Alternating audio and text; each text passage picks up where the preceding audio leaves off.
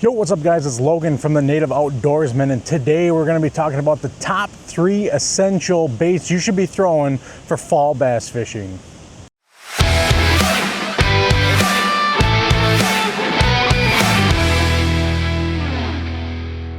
Today we're going to be talking about 3 baits that you should be throwing during fall bass fishing. I think fall bass fishing is probably one of my favorite times to get out on the water because you can just catch monster fish. I'm at a dam here in my local town right behind me, spillway off to my right hand side, so if you guys can hear the water rushing, I apologize.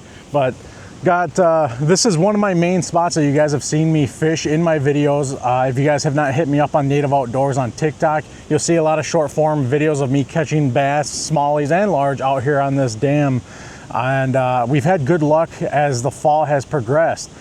We're in mid-November. Fall bass fishing usually starts end of September all the way through October, all the way through November and into December, depending on where you live in the United States. Water temps drop, you see that water column change, and in the beginning of the fall, bass are just hungry and they're looking to eat as much as they can to fill up before those winter months hit. So I got 3 baits that we're gonna start off with, and the first one we're gonna talk about is Topwater. So when I say Topwater, there's 3 different baits that I like to use, and we'll cover them right now. The first one, something that you guys have seen me do a video on before, I'll throw it up in a link up above on the video if you haven't seen it, is the Whopper Plopper. So Whopper Plopper, probably one of my favorite Topwaters to throw. This is a 90. I usually throw the 120 around. We have a bigger one here. This is the 130. But I use this a lot towards the end of September, early October. Fish are just looking to mash topwater with the Whopper Plopper. Fishing around docks, fishing against weed lines. If you have a weed line in front of you, you want to throw it horizontal, be able to fish that down, and the fish are coming out from ambush points to be able to slam that bait.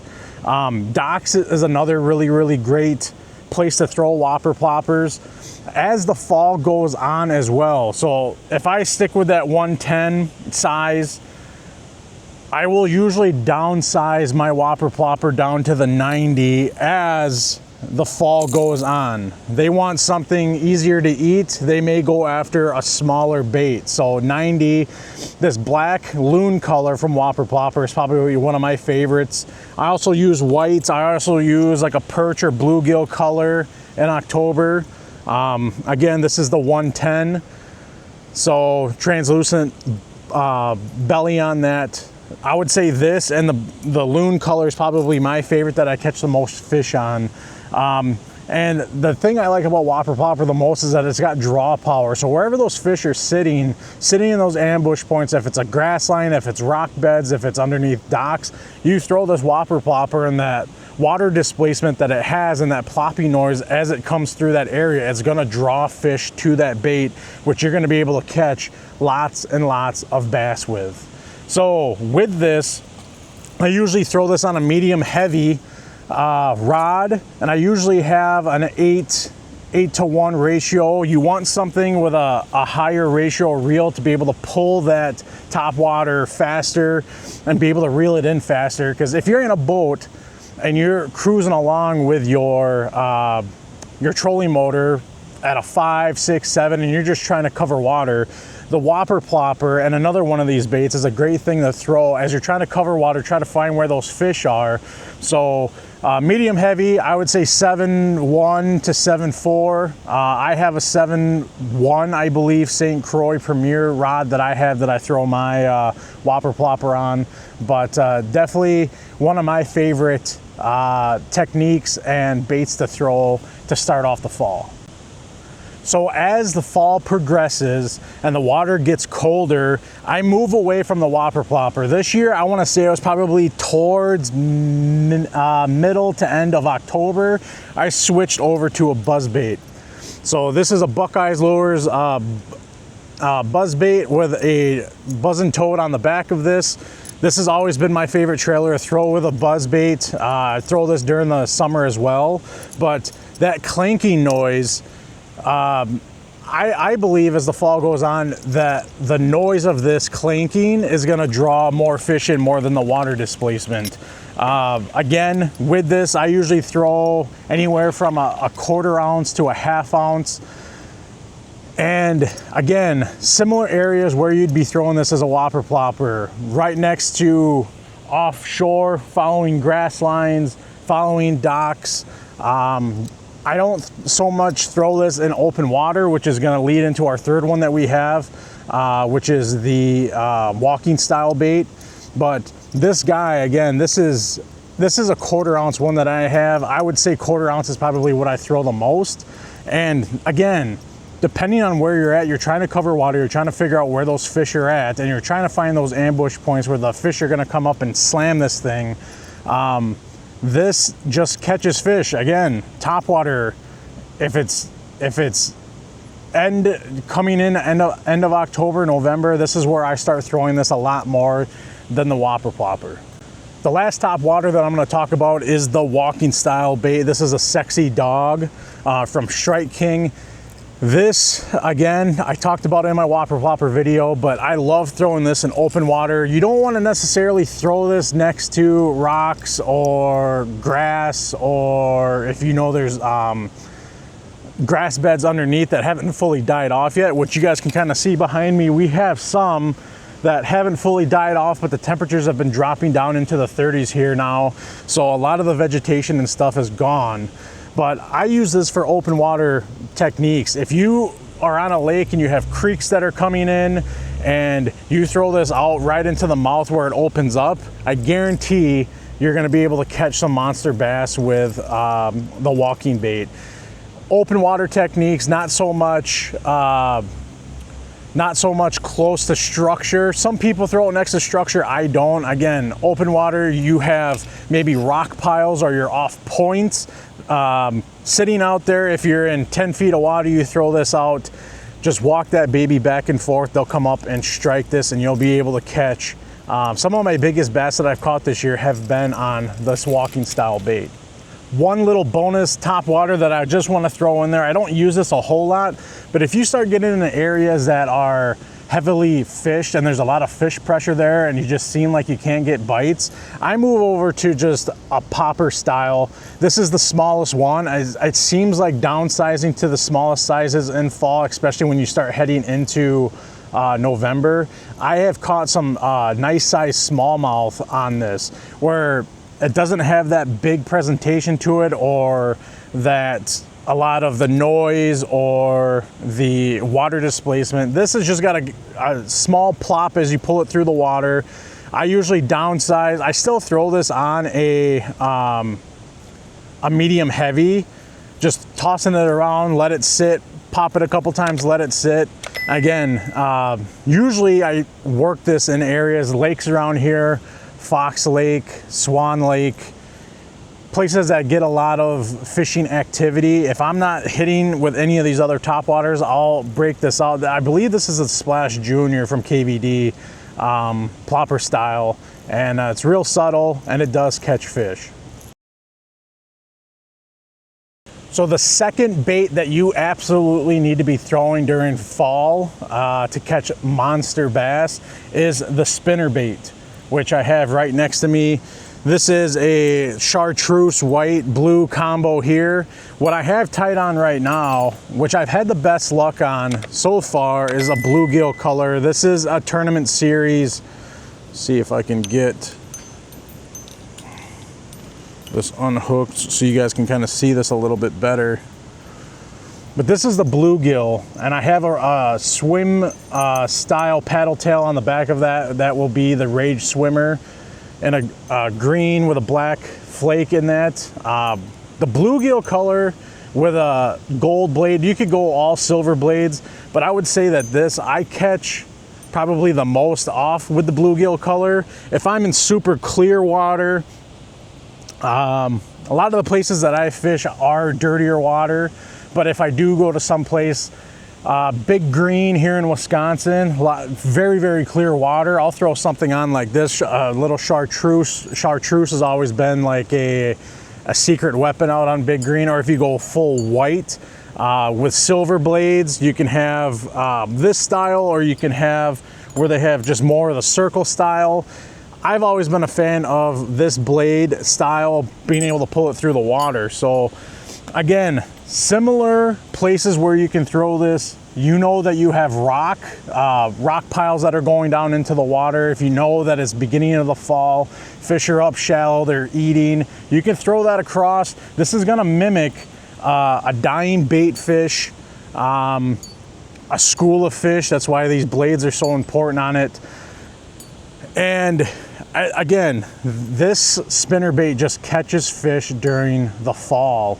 One of the most important things when it comes to color selection for your spinnerbaits would be to match the color of the bait fish that are in your lakes. So again, Green Lake has a lot of minnows, some bluegill. I don't throw bluegill a whole lot in Green Lake, but I go more of the silver, minnowish, shad color. But if I go to, say, Lake Redstone on the other side of Sauk County, fishing some of the lakes here in the Madison chain, it seems like bluegill has been the best. I throw bluegill here, dirtier water here next to dams, rivers. This is a crawfish river right behind me. And being able to match whatever that fish are, whatever the fish are chasing and eating at the moment, that's what you want to be able to change that color to. Another thing is that there's always been not a big debate, but just what do I need to have a trailer on this?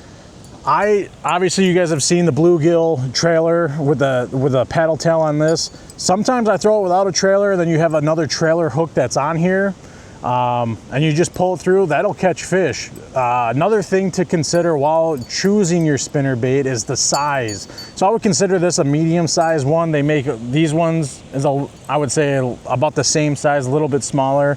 But don't be afraid to downsize as the autumn goes on and the water temps start dropping.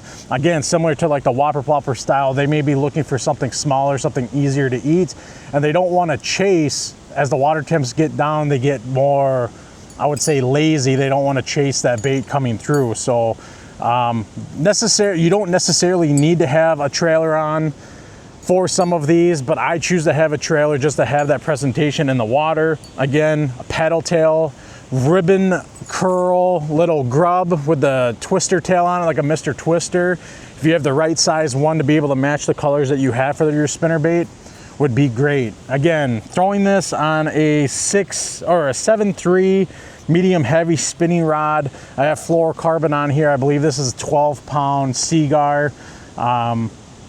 I think it's plenty fast action, being able to get that hook into it and keep that pressure on that fish when you bring it in.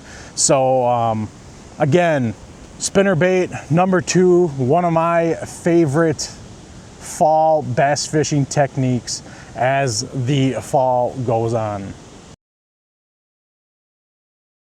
And the last bait that we're going to talk about today is the jig, the bladed jig or swim jig.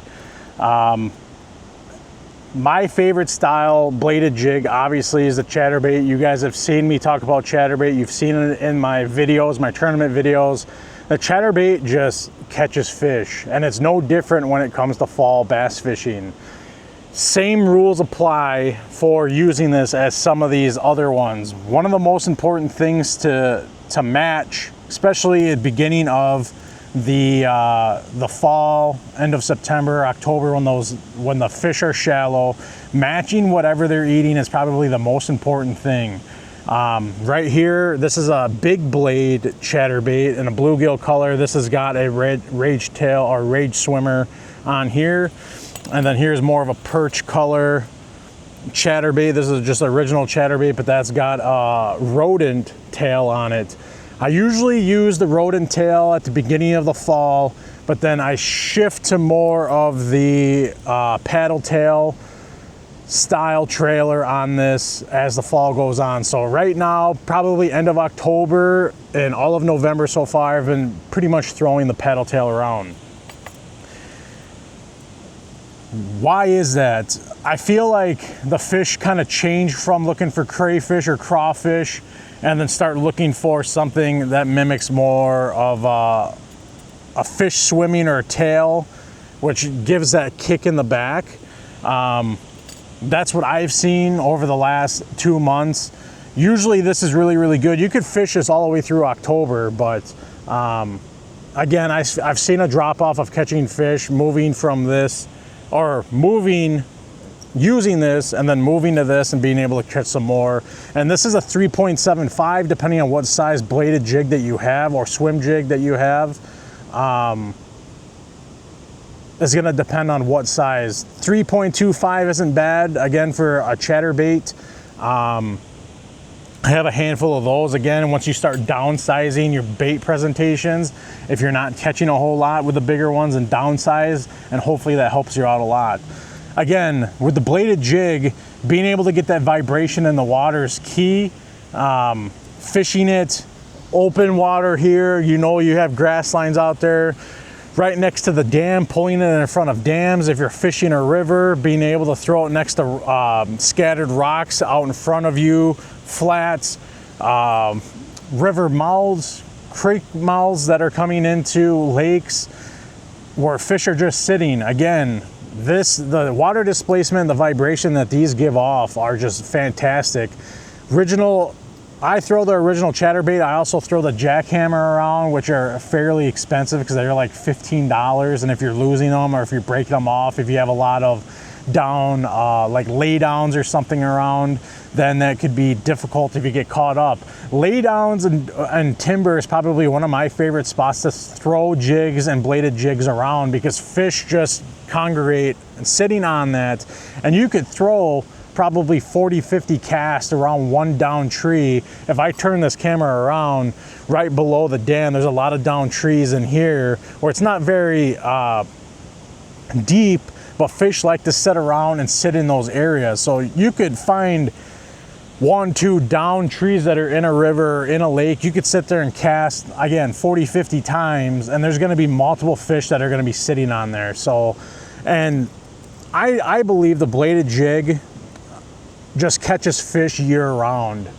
One thing to be mindful of is being able to change your retrieve speed. So earlier in the fall, water temp's a little bit warmer, they may want it a little bit faster. They're chasing it, they're going after it. Again, something that I mentioned with the other baits, as the water temps slow down and drop, when you start getting into those 30-degree mornings like we have here in Wisconsin, the water temps drop down to the low 50s,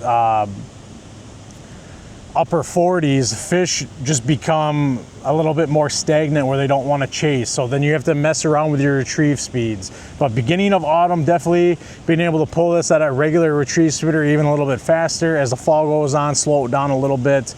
What I have this paired with is a bait caster. I throw this on a medium heavy. This is a 7-foot medium heavy bait caster, and I have it on a 6.3 Dawa reel. And I have fluorocarbon on this. I got 12-pound, actually no, this is 15-pound fluoro. And I got a black and blue tied on right now. I've been using that over in the river. It seems like black and blue has always been working. I was very, very heavy on the bluegill all the way up until about a week or so ago. I'll still throw this around. I catch a lot of pike on this. The pike that you guys have seen me catch have always been on a bluegill color. But a black and blue and a brown or just a solid green pumpkin also does wonders when catching these fish. So I really do hope that this video helps you guys out with autumn and fall bass fishing. Again, fall bass fishing is probably my favorite time to go out there. You can catch some of your biggest fish of the year during the fall. But just pay attention to weather. Weather has a huge factor on fish activity. You guys can always look at apps like Bass Forecast, which I just recently started using, giving you scoring of what your barometric pressure is going to be, what weather fronts are going to be coming in, especially now Here we are, November, I think it's the 15th or 16th today. Next week, we're supposed to get our first kind of winter storm here in south central Wisconsin. So we'll see how that messes with the fish. We haven't had a whole lot of rain either. You can see the water level behind me is down. So again, pay attention to your weather patterns. That's going to play a huge factor into what you're going to be throwing, what the fish activity is going to be. But I really do hope that this video helps you out on your fishing journey. Please like, subscribe if you found any information helpful in this video. Also hit me up on social media, The Native Outdoorsman on Instagram, The Native Outdoors on TikTok. And appreciate you guys for watching, and we'll catch you guys on the next one.